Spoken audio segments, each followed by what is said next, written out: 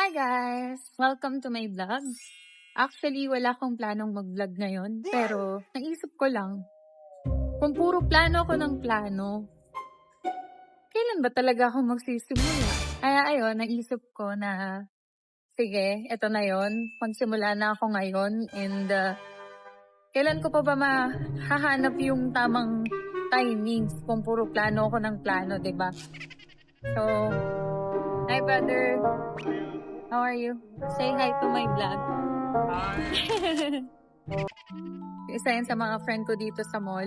Hindi na tayo humanap ng tamang timings.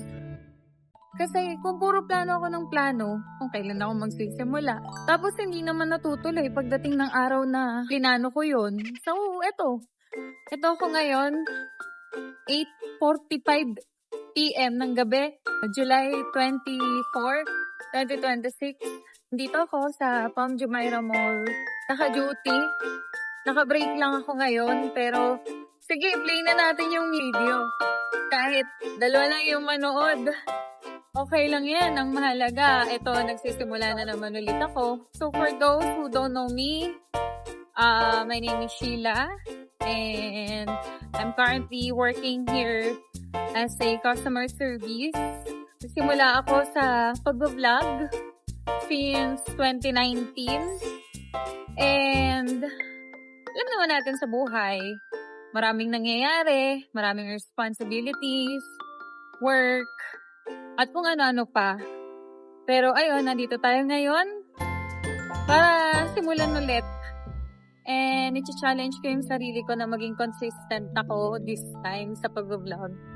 And ayon sa makakapanood nito, kung hindi ka pa nakasubscribe sa channel ko or kung hindi ka pa nakafollow, please follow me, support me, and promise, gagawin ko yung best ko para maging consistent ako at para rin may mapulot kayong aral dito sa mga video na ilalabas ko. Malay nyo, yung iba sa inyo ma-inspired. Sobrang saya ko lang kasi nagpa-play na naman yung camera ko. Pero yung pag-play is para bumalik na tayo sa pag-vlog. Sobrang saya ko. Yan guys, dito ako nag-work. Pakita ko lang sa inyo yung isa ko sa mga friend. Brother, say hi to my vlog. This is one of my good friends dito sa Palm Jumeirah Mall. Yes, my big brother since 2023. Yan lang, brother. So, ayun guys. Sa mall ako nag-work. I am a customer service dito. And sobrang happy ko talaga. Kasi matagal ko nang pinaplanong mag-vlog ulit. Pero ito na yung day 1 ko. Ang random lang. Instead of a day in my life, ginawa kong a night in my life. Kasi itong gabing to ay magiging memorable sa akin kasi ito yung araw na nagsimula ulit ako. So, ayun guys, palitan natin muna yung aking ka-work. So ayun guys, pinalitan lang natin yung ka-work natin. Baka pala may magtanong sa inyo bakit ako nasa Dubai. Katulad ng maraming OFW, pumunta ako dito para magtrabaho din, makatulong sa pamilya, at makapag-build din ng future. Hindi palaging madali ang buhay dito sa abroad. Hindi palaging madali yung buhay dito sa abroad. Marami kang luha, lungkot, homesick na pagdadaanan. Pero bawat experience na pagdadaanan mo dito, lahat yun may lesson. At lahat ng pagdadaanan mo dito sa abroad, marami kang matututunan. Ang kailangan mo lang talagang gawin is i-apply mo sa sarili mo. Kasi ako, 3 years ago, sobrang laki ng improvement ko kasi naging matured talaga ako. Mas humaba yung pasensya ko as I'm working as a customer service for 3 years now. Masasabi ko na dito ko talaga natutunan pahabain yung pasensya ko.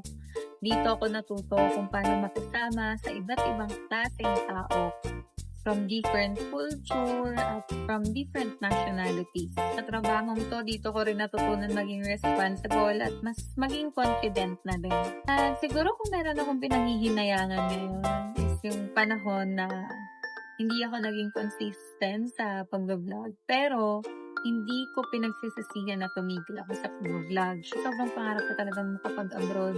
Bata pa lang ako at natupad ko yun. Kasi, pinili kong tuparin yung pangarap ko noon. At ngayon, tutuparin ko naman yung pangarap ko din na maging isang content creator. At syempre, para magampanan ko ang isang pagiging content creator, kailangan ko ng goal. At ang goal ko ay hindi lang gumawa ng videos, kundi makapaggawa ng mga content na may kwento. May matututunan yung mga tao, mai-inspire yung mga tao, lalo na yung mga OFW at mga tao na maraming pangarap pa. O mga taong nangangarap din katulad ko. So, kailangan kong i-challenge yung sarili ko na maging consistent. And by the way guys, itong channel na to or yung social media platform ko ay pinalitan ko ng She Life Stories. Means, kwento ni Sheila. Ibabahagi ko sa inyo para may matutunan din kayo. At the same time, babalikan ko din in the future. Pupunta lang tayo ng pantry or ng ating office para ibalik lang tong gift card at mag-BS. And then, yes, finally, tomorrow is my off. Kasi ngayon ay Friday na. Tomorrow ay Saturday, Sunday. So, makakapagpahinga na. Pogi na, no? 12 a.m. na ng madaling araw ngayon at kakatapos lang ng duty natin. Ganito talaga ang buhay ng OFW. Kailangan mo lang i-enjoy lahat ng ginagawa mo. Dahil alam naman natin na lahat ng ginagawa natin ay may purpose. At kapag kasi masaya ka sa ginagawa mo, hindi mo mararamdaman yung pagod diba? So guys, it's already 12:28 a.m. na dito sa Dubai at kakarating ko lang sa bahay. Hindi na ako nakapag-vlog pa uwi kasi nag-drive ako at hindi pwedeng mag-driving sa video or hindi pwedeng mag-video while driving. And thanks God, nakarating naman ako ng safe. Thank you Lord, palagi mo akong ginagawa yan sa lahat ng mga pinupuntahan ko. And ayun guys, kung nanood ka sa una hanggang dulo, maraming salamat sa pagsuporta mo sa akin sa pagbabalik ko sa pag-vlog. At huwag niyo kalimutan mag-subscribe. Follow niyo ako sa social media ko. Kung may mga tanong kayo, pwede niyo akong i-DM sa mga social media ko, which is Instagram and Facebook. Nandyan sa description, ilagay ko. Pwede niyo akong i-DM. Pwede tayo maging friends dyan, okay? And ayun, sa mga susunod na vlog ko, ang mga pwede niyo abangan is, of course, a day in my life. A day in my life dito sa Dubai.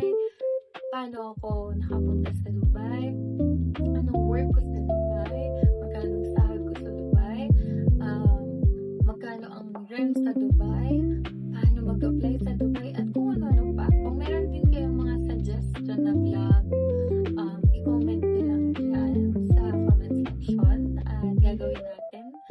And ayun, gagawin ko rin yung best ko para maging consistent din ako sa pag-upload at paggawa ng mga content. Naniniwala ako kasi kapag ginawa ko yung best ko, makakapag long term ako dito sa YouTube at matutulungan ako ng platform na ito para matulungan ko din yung family ko. Alam nyo guys, isa sa mga idol ko talaga sa pag-vlog is si Miss Ivana Alawi. Kung papalarin lang talaga ako, tutulong din ako katulad ng ginagawa niya. And siguro yung sa mga nakasubscribe na sa akin since 2019, nakikita niya na may mga ilang content si Miss Ivana na ginaya ko kasi nga isa talaga siya sa mga inidolo ko kung bakit din ako nag-vlog ngayon. And ayun, gusto ko nga rin i-document lahat ng nangyayari dito sa akin sa Dubai and gusto kong balikan to in the future. At ayun lang, maraming salamat talaga sa panonood. Kung nandito ka pa rin sa vlog na to, alam ko nakaka-relate ka sa akin at sana makarelate ka sa kwento ko. At gusto ko ngayon din magsimula ka, sabayan mo kung magsimula tayo. Kasi kung hintayin natin ang tamang panahon, kailan pa? Tayo ang gagawa ng panahon. Kailangan natin i-motivate yung sarili natin. Thank you so much for watching. So hanggang dito na lang guys. Magpapalit na ako at mag-ready para makapag-rest. And maraming salamat sa panonood. And I hope you like this video. So that's it for tonight. See you on my next video. Don't forget to subscribe, like, and share. Thank you. God bless.